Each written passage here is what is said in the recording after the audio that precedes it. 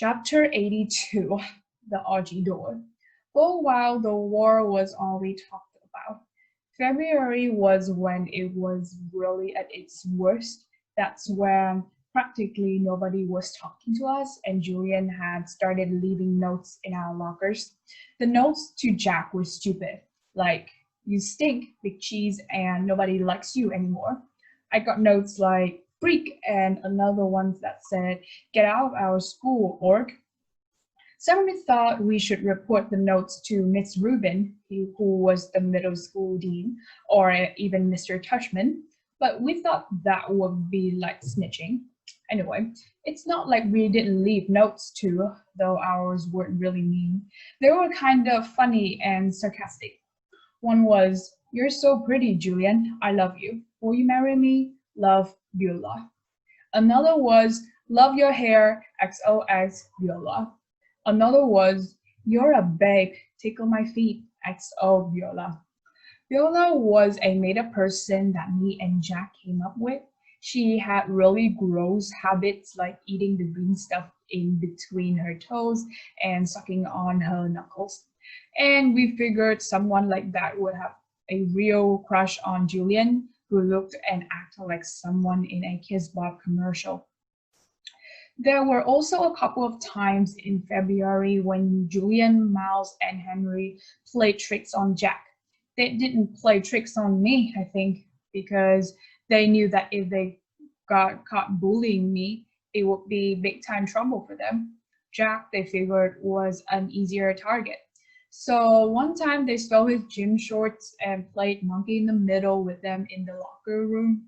Another time, Miles, who sat next to Jack in the homeroom, swiped Jack's worksheet off his table, crumpled it in a ball, and tossed it to Julian across the room. This wouldn't have happened if Miss Petosa had been there, or of course, but there was a substitute teacher that day, and subs never really know what's going on. Jack was good about this stuff. He never let them see he was upset, though I think sometimes he was. The other kids in the grade knew about the war, except for Savannah's group. The girls were neutral at first, but by March they were getting sick of it, and so were some of the boys. Like another time when Julian was dumping some pencil sharpener shaving into Jack backpacks, Amos, who was usually tight with them, grabbed the backpack out of Julian's hand and returned it to Jack. It was starting to feel like the majority of the boys weren't buying into Julian anymore. Then a few weeks ago, Julian started spreading this ridiculous rumor that Jack had hired some hitmen to get him and Miles and Henry. This lie was so pathetic that people were actually laughing about him behind his back. At that point, any boys who had still been on his side now jumped ship and were clearly neutral. So by the end of March, only Miles and Henry were on Julian's side, and I think even they were getting tired of the war by then. I'm pretty sure everyone stopped playing the plague game behind my back too. No one really cringed if I bumped into them anymore, and people borrow my pencil without acting like the pencil has cooties. People even joke around with me now sometimes. Like the other day, I saw Maya writing a note to Ellie on a piece of Ugly Doors stationery, and I don't know why, but I just kind of randomly said, did you know the guy who created the Ugly Doors based them on me? Maya looked at me with her eyes wide open like she totally believed me, and then she realized I was only kidding. She thought it was the funniest thing in the world. You're so funny, August, she said. Then she told Ellie and some of the other girls what I had just said, and they all thought it was funny too. Like at first they were shocked, but when they saw I was laughing about it, they knew it was okay to laugh about it too. And the next day, I found the little Ugly Door keys chain sitting on my chair with a nice little note from Maya that said, for the nicest RG door in the world, XO Maya. 6 months ago, stuff like that would never have happened, but now it happens more and more. Also, people have been really nice about hearing the aids I started wearing. Chapter 83 Lowboat.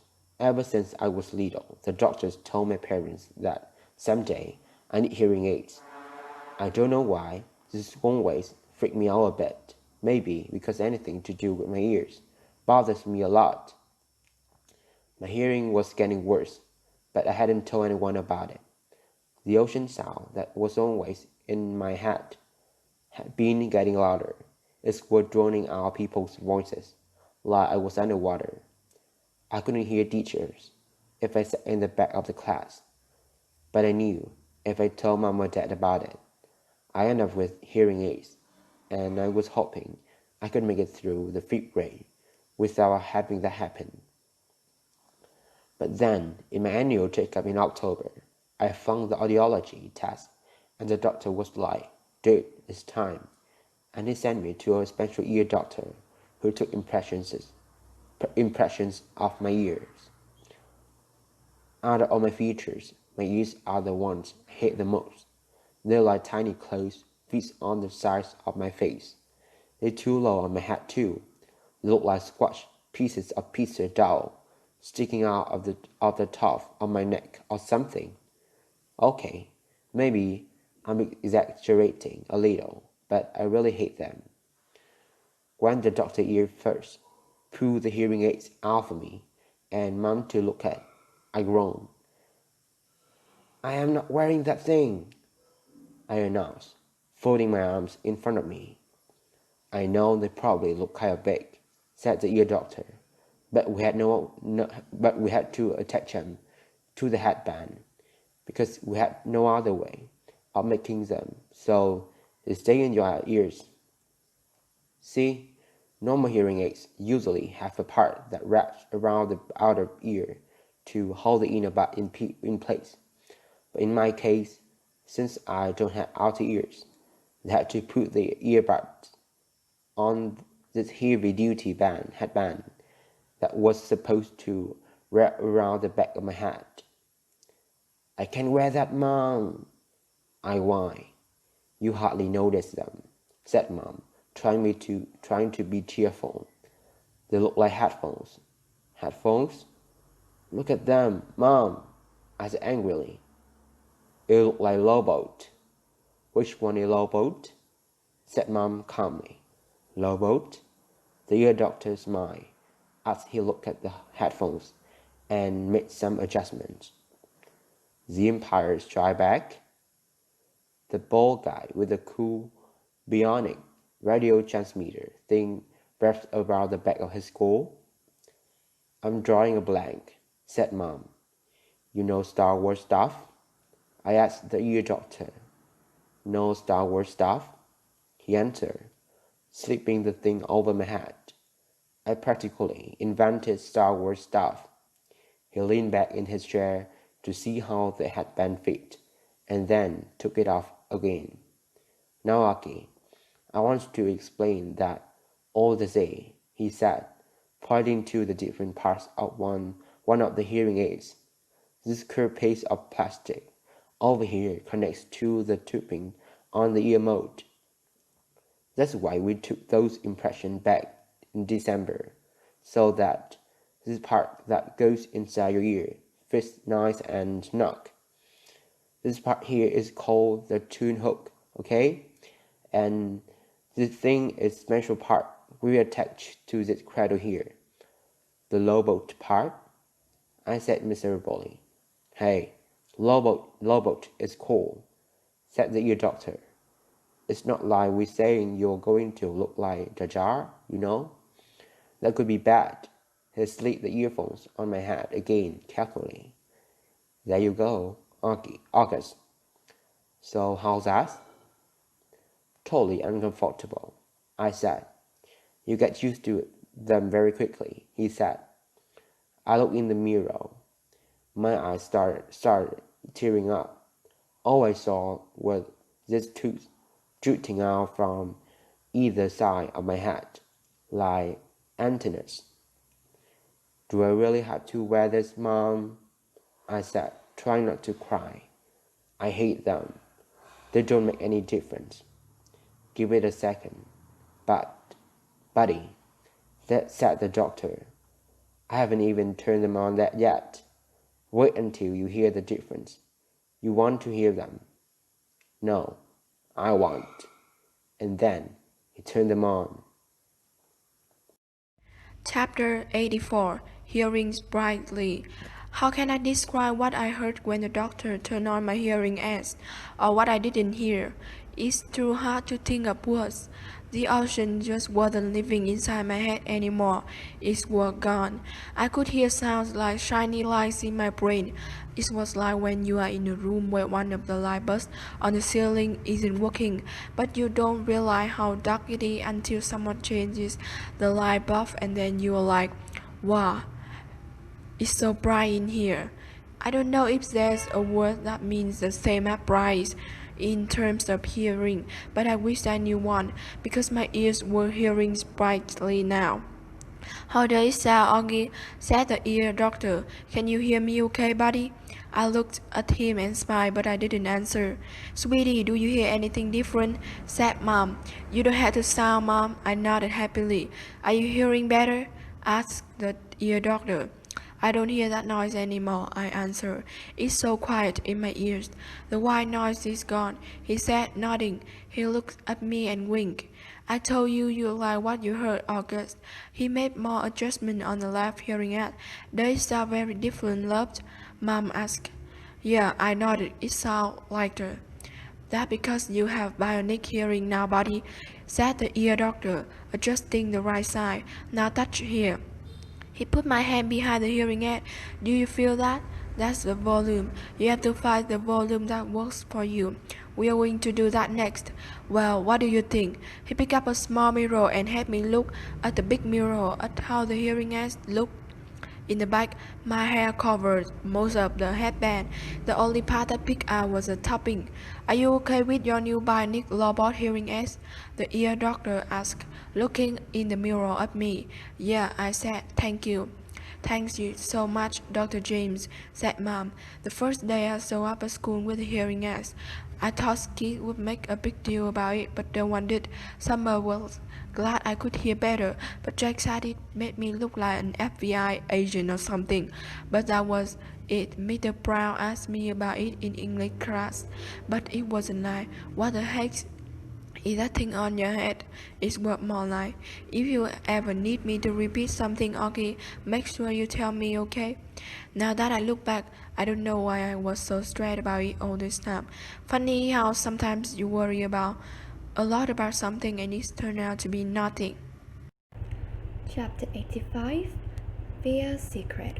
A couple of days after spring break ended, Mom found out that Via hadn't told her about a school play that was happening at her high school the next week, and Mom was mad. Mom doesn't really get mad that much, though Dad would disagree with that, but she was really mad at Via for that. She and Via got into a huge fight. I could hear them yelling at each other in Via's room. My bionic robot ears could hear Mom saying, "But what is with you lately, Via? You are moody and taciturn and secretive. What is so wrong with my not telling you about stupid play?" Via practically screamed. "I don't even have a speaking part in it." "But your boyfriend does. Don't you want us to see him in it?" "No, actually I don't." "Stop screaming. You scream first. Just leave me alone, okay? You've been really good about leaving me alone my whole life. So why you choose high school to suddenly be interested and I have no idea?" Then I don't know what Mom answered because it all got very quiet and even my bionic robot ears couldn't pick up a signal. Chapter 86 My Cave. By dinner they seemed to have made up. Dad was working late. Daisy was sleeping. She would turn up a lot earlier in the day, and Mom made an appointment to take her to the vet the next morning. The three of us were sitting down and no one was talking. Finally I said, So are we going to see Justine in a play? Via didn't answer but looked down at her plate. You know, Orgy, said Mom quietly, I hadn't realized what play it was, and it really isn't something that would be interesting to kids your age. So I'm not invited, I said, looking at Veer. I didn't say that, said Mom. It's just I don't think it's something you would enjoy. You would get totally bored, said Veer, like she was accusing me of something. Are you and Dad going? I asked. Dad will go, said Mom. I will stay home with you. What? Veer yelled Mom. Oh great, so you're going to punish me for being honest by not going. You didn't want us to go in the first place, remember? Answered Mom. But now that you know about it, of course I want you to go, said Veer. Well, we have got to where everyone's feeling here, Veer, said Mom. What are you two talking about? I sounded. Nothing, they both snapped at the same time. Just something about Veer's goal that has nothing to do with you, said Mom. You are lying, I said. Excuse me, said Mom, kind of shocked. Even Veer looked surprised. I said you are lying, I sounded. You are lying, I screamed at Veer, getting up. You are both liars. You are both lying to my face like I'm an idiot. Sit down, Orgy, said Mom, grabbing my arm. I pulled my arm away and pointed at Veer. You think I don't know what's going on? I yelled. You just don't want your brand new fancy high school friends to know your brother is a freak. Orgy, Mom yelled. That's not true. Stop lying to me, Mom, I shrieked. Stop treating me like a baby. I'm not retarded. I know what's going on. I ran down the hallway to my room and slammed the door behind me so hard that I actually heard little pieces of the wood crumble inside the door frame. Then I plopped onto my bed and pulled the covers up on top of me. I threw my pillows over my disgusting face and then piled all my stuffed animals on top of the pillows, like I was inside a little cave. If I could walk around with a pillow over my face all the time, I would. I don't even know how I got so mad. I wasn't really mad at the beginning of dinner. I wasn't even sad. But then all of a sudden its own kind of just exploded out of me. I knew Veer didn't want me to go to her stupid play. And I knew why. I figured Mom would follow me into my room right away. But she didn't. I wanted her to find me inside my cave of stuffed animals. So I waited a little more. But even after 10 minutes, she still didn't come in after me. I was pretty surprised. She always checked on me when I'm in the room, upset about stuff. I pictured Mom and Veer talking about me in the kitchen. I figured Veer was feeling really bad. I pictured Mom totally laying on the guilt, and Dad would be mad at her when he came home too. I made a little hole through the piles of pillows and stuffed animals and picked up the clock on my wall. Half an hour had passed and Mom still hadn't come into my room. I tried to listen to the sounds in the other rooms. Were they still having dinner? Well, what's going on? Finally, the door opened. It was Veer. She didn't even bother coming over to my bed, and she didn't come in softly like I thought she would. She came in quickly. Chapter 87. Goodbye. Ohi, said Veer, come quick. Mom needs to talk to you. I'm not apologizing. This isn't about you, she yelled. Not everything in the world is about you, Ohi. Now hurry up. Daisy is sick. Mom's taking her to the emergency vet. Come say goodbye. I pushed the pillows off my face and looked up at her. That's when I saw she was crying. What do you mean goodbye? Come on, she said, holding out her hand. I took her hand and followed her down the hall to the kitchen. Daisy was lying down sideways on the floor with her legs straight out in front of her. She was panting a lot, like she had been running in the park. Mom was kneeling beside her, stroking the top of her head. What happened? I asked. She just started whimpering all of a sudden, said Veer, kneeling down next to Mom. I looked down at Mom, who was crying too. I'm taking her to the animal hospital downtown, she said. The taxi's coming to pick me up. The vet will make her better, right? I said. Mom looked at me. I hope so, honey, she said quietly, but I honestly don't know. Of course he will, I said. Daisy's been sick a lot lately, Augie, and she is old. But they can fix her, I said, looking at Via to agree with me. But Via wouldn't look up at me. Mom's lips were trembling. I think it might be time we say goodbye to Daisy, Augie. I'm sorry. No, I said. We don't want her to suffer, Augie, she said. The phone rang. Via picked it up, said, okay, thanks, and then hung up. The taxi is outside, she said, wiping her tears with the backs of her hands. Okay, Augie, open the door for me, sweetie, said Mom, picking Daisy up very gently, like she was a huge droppy baby. Please, no, Mom, I cried, putting myself in front of the door. Honey, please, said Mom. She's very heavy. What about Dad? I cried. He's meeting me at the hospital, Mom said. He doesn't want Daisy to suffer, Augie. Via moved me away from the door and held it open for Mom. My cell phone's on if you need anything, Mom said to Via. Can you cover her with the blanket? Via nodded, but she was crying hysterically now. Say goodbye to Daisy, kids, Mom said, tears streaming down her face. I love you, Daisy, Via said, kissing Daisy on the nose. I love you so much. Bye, little girlie. I whispered into Daisy's ear. I love you. Mom carried Daisy down to the stop. The taxi driver had opened the back door and we watched her get in. Just before she closed the door, Mom looked up at us standing by the entrance to the building and she gave us a little wave. I don't think I have ever seen her look sadder. I love you, Mommy, said Via. I love you, Mommy, I said. I'm sorry, Mommy. Mom blew a kiss to us and closed the door. We watched the car leave and then Via closed the door. She looked at me a second and then she hugged me very, very tight while we both cried a million tears. Chapter 88 Daisy's Toys. Justin came over about half an hour later.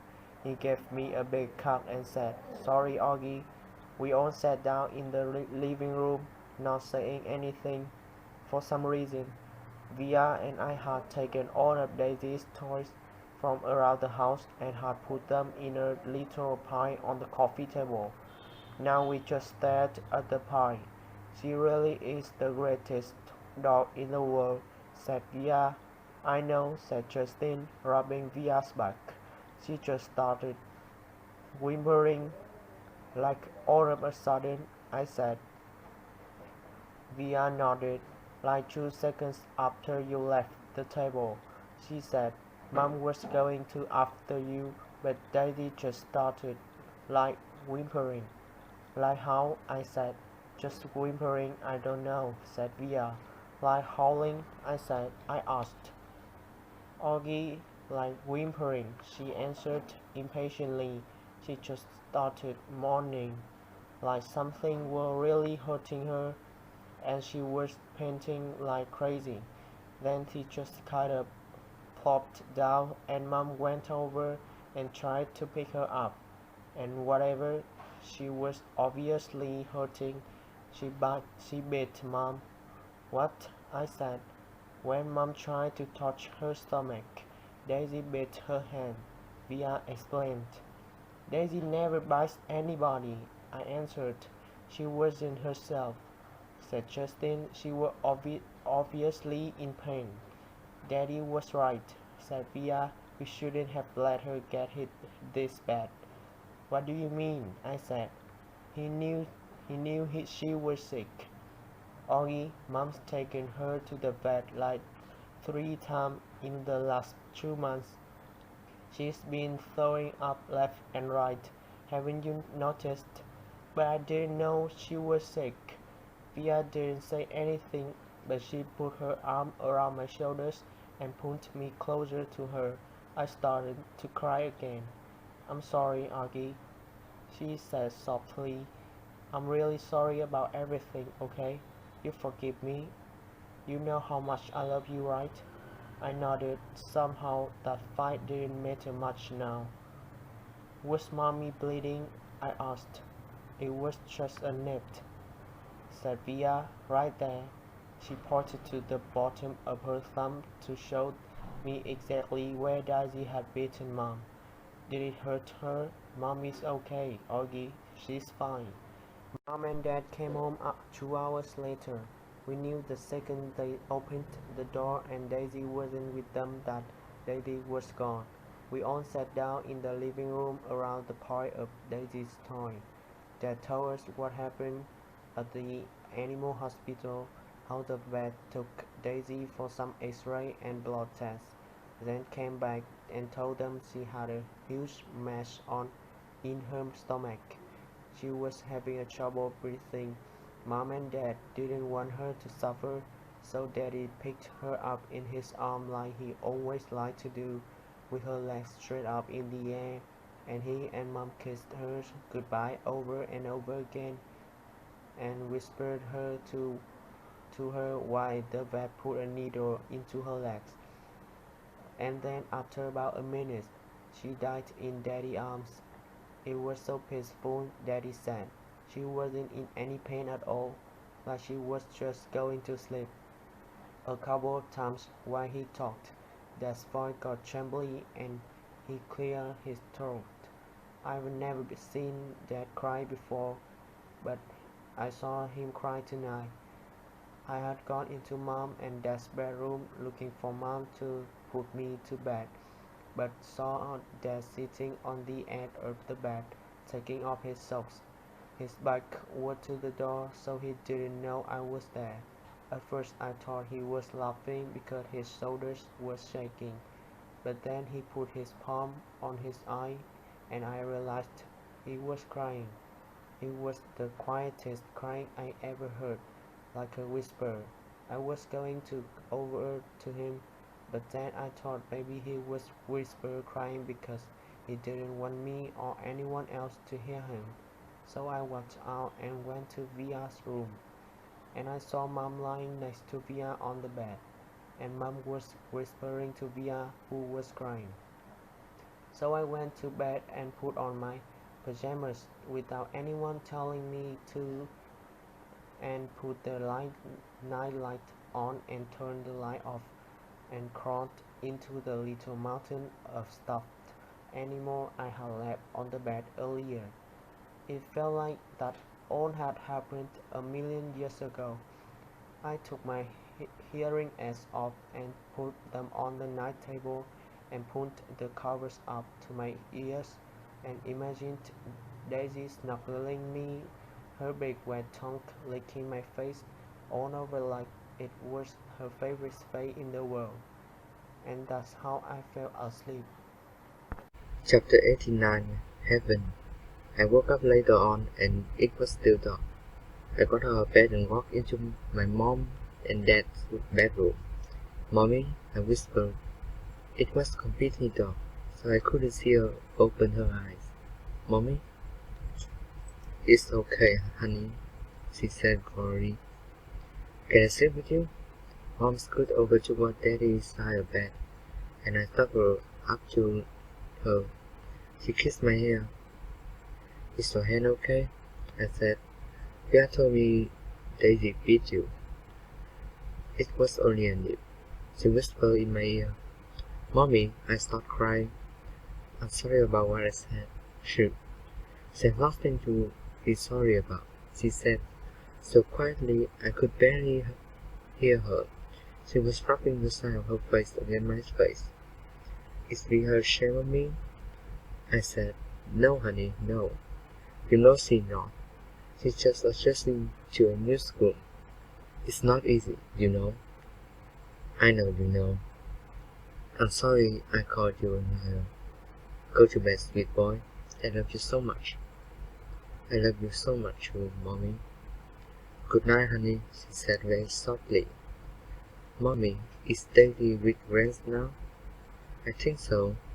Are they in heaven? Yes. Do people look the same when they get to heaven? I don't know. I don't think so.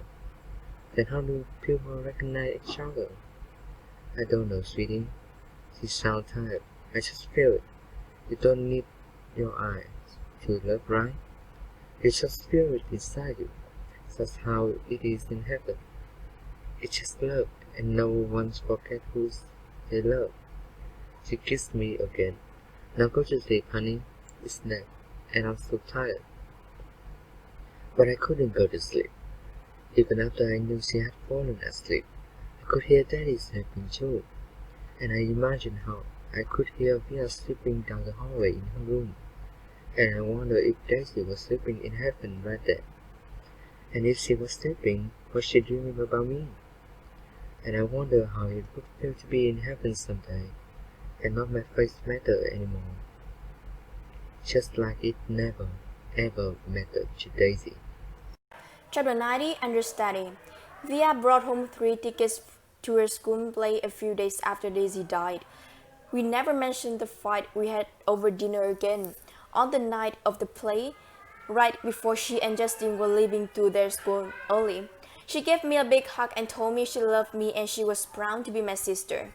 This was my first time in Via's new school. It was much bigger than her old school and 1,000 times bigger than my school. More hallways, more rooms for people. The only really bad thing about my bionic robot hearing aids was the fact that I couldn't wear a baseball cap anymore. In situations like this, baseball caps come in really handy. Sometimes I wish I could still get away with wearing that old astronaut helmet I used to wear when I was little. Believe it or not, people would think seeing a kid in an astronaut helmet was a lot less weird than seeing my face. Anyway, I kept my head down as I walked right behind Mom through the long bright hallways. We followed the crowd to the auditorium, where students handed out programs at the front entrance. We found seats in the 5th row, close to the middle. As soon as we sat down, Mom started looking inside her pocketbook. I can't believe I forgot my glasses, she said. Dad shook his head. Mom was always forgetting her glasses or her keys or something or other. She is flaky that way. You want to move closer, said Dad. Mom squinted at the stage. No, I can see okay. Speak now or forever hold your peace, said Dad. I'm fine, answered Mom. Look, there's Justin, I said to Dad, pointing out Justin's picture in the program. That's a nice picture of him, he answered, nodding. How come there's no picture of Via? I said. She's an understudy, said Mom. But look, here's her name. Why do they call her an understudy? I asked. Well, look at Miranda's picture, said Mom to Dad. I don't think I would have recognized her. Why do they call it understudy? I repeated. It's what they call someone who replaces an actor if he can't perform for some reasons, answered Mom. Did you hear Maddie's getting remarried? Dad said to Mom. Are you kidding me? Mom answered like she was surprised. Who's Martin? I asked. Miranda's father, Mom answered, and then to Dad, who told you? I ran into Miranda's mother in the subway. She's not happy about it. He has a new baby on the way and everything. Wow, said Mom, shaking her head. What are you guys talking about? I said. Nothing, answered Dad. But why do they call it understudy? I said. I don't know, okie dokie. Dad answered. Maybe because the actors kind of study under the main actors or something. I really don't know. I was going to say something else, but then the lights went down. The audience got very quickly. Daddy, can you please not call me okie dokie anymore? I whispered in Dad's ear. Dad smiled and nodded and gave me a thumbs up. The play started. The curtain opened. The stage was completely empty except for Justin, who was sitting on an old rickety chair, tuning his fiddle. He was wearing an old-fashioned type of suit and a straw hat. This play is called Our Town, he said to the audience. It was written by Thornton Ritter, produced and directed by Philip Davenport. The name of the town is Groven's Corners, New Hampshire, just across the Massachusetts line, latitude 42 degrees 40 minutes, longitude 70 degrees 37 minutes. The first actual day in our town. The day is May 7, 1901. The time is just before dawn. I knew right then and there that I was going to like the play. It wasn't like other school plays I've been to, like the Wizard of Oz or Cloudy with a Chance of Meatballs. No, this was grown up swimming, and I feel smart sitting there watching it. A little later in the play, a character named Mrs. Webb calls out for her daughter Emily. I knew from the program that was the part Miranda was playing, so I leaned forward to get a better look at her. "That's Miranda," Mom whispered to me, squinting at the stage when Emily walked out. "She looks so different." "It's not Miranda," I whispered. "It's Via. Oh my God," said Mom, lunging forward in her seat. "Shh," said Dad. "It's Via," Mom whispered to him. "I know," whispered Dad, smiling. "Shh."